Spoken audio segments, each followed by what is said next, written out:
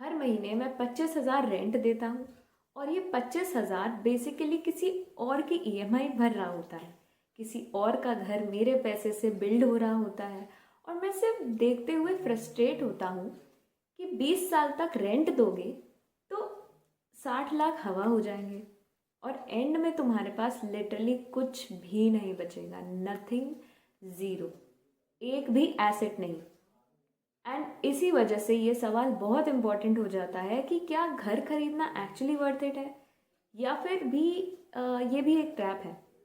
और आज हम बिना फिल्टर बिना बायस के एक ब्रूटली ऑनेस्ट ब्रेकडाउन करने वाले हैं रेंट वर्सेस बाय का।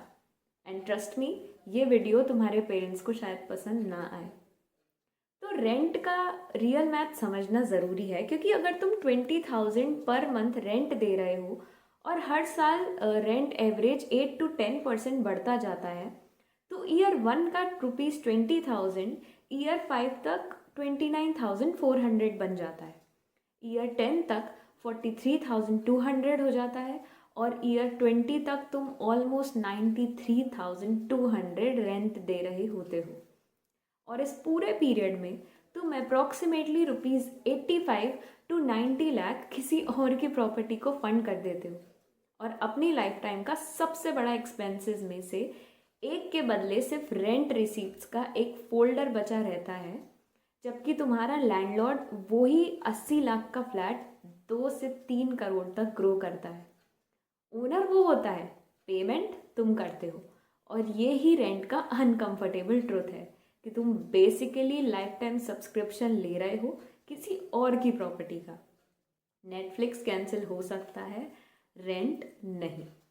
लोग बोल देते हैं कि घर खरीद लो, लेकिन घर खरीदना बिल्कुल सिंपल नहीं होता, क्योंकि अगर तुम 80 लाख का घर टारगेट कर रहे हो तो तुम्हें 16 लाख का डाउन पेमेंट जमा करना पड़ता है, जो खुद एक माउंटेन क्लाइंब जैसा काम होता है।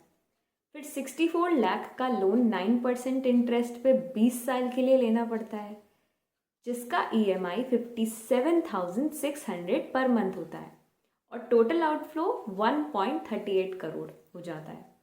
मतलब 64 लाख बोरो करके तुम बैंक को 74 लाख सिर्फ इंटरेस्ट दे रहे हो और इसके ऊपर registration, stamp duty, interiors, furniture, maintenance fees, property taxes, repairs, random surprises, तो सब ऐड कर लो तो घर खरीदना एक सिंगल परचेज नहीं बल्कि एक ऑनगोइंग लाइफस्टाइल कॉस्ट बन जाता है, जिसमें हर महीने कोई ना कोई नया पैसा निकल आता है। ठीक है, तो अगर फेयर कंपैरिजन करें तो पिक्चर काफ़ी इंटरेस्टिंग हो जाती है, क्योंकि एक 25,000 रेंट वाले फ्लैट का ईएमआई 57,600 होता है एंड डिफरेंस 32,600 होता है, जो अगर एक स्मार्ट रेंटर डिसिप्लिन से 20 साल तक एसआईपी में 12% इंटरेस्ट पे इन्वेस्ट करें तो वो 3.25 करोड़ तक ग्रो हो जाता है। जबकि वही 80 लाख का घर अगर 8% एप्रिसिएशन रेट से चले तो वो 20 साल बाद 2.56 करोड़ होता है। और इस पूरे इक्वेशन का शॉकिंग आउटकम ये होता है कि मैथमेटिकली रेंटर बायर से ज़्यादा अमीर बन सकता है, ज़्यादा लिक्विड फंड्स, ज़्यादा फ्लेक्सिबिलिटी और कम टेंशन लेके, जबकि बायर का वेल्थ एक सिंगल प्रॉपर्टी में लॉक्ड होता है।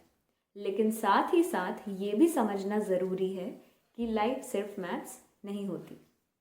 मैथ इमोशंस, स्टेबिलिटी और डिग्निटी को कैप्चर नहीं करता, क्योंकि अपना घर एक ऐसी चीज़ होती है जिसमें कोई लैंडलॉर्ड तुम्हें कभी ये नहीं कह सकता इफ़ नेक्स्ट मंथ फ्लैट खाली करो।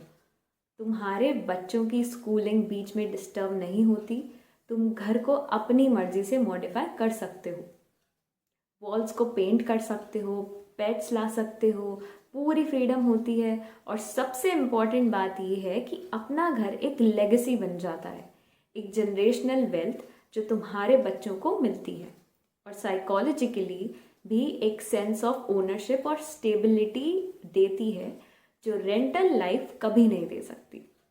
और प्रैक्टिकल ट्रुथ ये है कि वो 32,600 जो रेंटर को इन्वेस्ट करना चाहिए 90% लोग एक्चुअली इन्वेस्ट नहीं करते। शॉपिंग, वेकेशंस, इम्पल्सिव स्पेंडिंग में पैसा चला जाता है और फिर 20 साल बाद उनके पास कोई एसेट नहीं होता। जबकि ईएमआई एक फोर्स्ड सेविंग्स बन जाती है जिसमें तुम चाहो या ना चाहो वेल्थ बिल्ड होती ही होती है। तो अगर तुम एक सिटी में लॉन्ग टर्म सेटल हो, जॉब स्टेबल है, डाउन पेमेंट रेडी रखो, ईएमआई सैलरी के 35 to 40% से ऊपर ना जा रही हो और इमरजेंसी फंड सेपरेट हो, तो बाइंग मेक्स सेंस। लेकिन अगर तुम्हें करियर फ्लेक्सिबिलिटी चाहिए, 3 से 5 साल का ही प्लान है, प्रॉपर्टी प्राइजेस ओवर प्राइज्ड हैं, रेंट टू ईएमआई रेशो बहुत लो है और तुम सच में डिसिप्लिन्ड इन्वेस्टर हो, तो रेंटिंग ज़्यादा स्मार्ट मूव होता है। गोल्डन रूल सिंपल है, अगर ईयरली रेंट प्रॉपर्टी वैल्यू के 3% से कम है तो रेंटिंग फाइनेंशियली बेटर होती है, और अगर 4% से ज़्यादा है तो बाइंग बेटर होती है। और एंड में एक पर्सनल रिफ्लेक्शन, मेरे पापा ने 30 साल पहले घर खरीदा था जब उनकी सैलरी का 50% ईएमआई में जाता था। स्ट्रगल होती थी, सैक्रिफाइस थे, लेकिन आज वो घर हमारी आइडेंटिटी का हिस्सा है। हर वॉल में एक मेमोरी है, एक स्टोरी है, और वो फीलिंग कोई कैलकुलेटर मेजर नहीं कर सकता।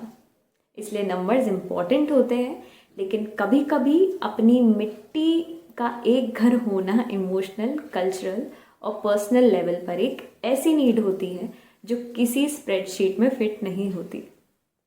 तो बताओ, तुम रेंट पे हो या ईएमआई पे, एंड क्यों? और मैं जेन्युइनली जानना चाहती हूँ तुम्हारा पर्सपेक्टिव। ऑल्सो रियल टॉक के लिए फिनरा नाइट को सब्सक्राइब करना मत भूलना, with simplifying wealth and strengthening futures.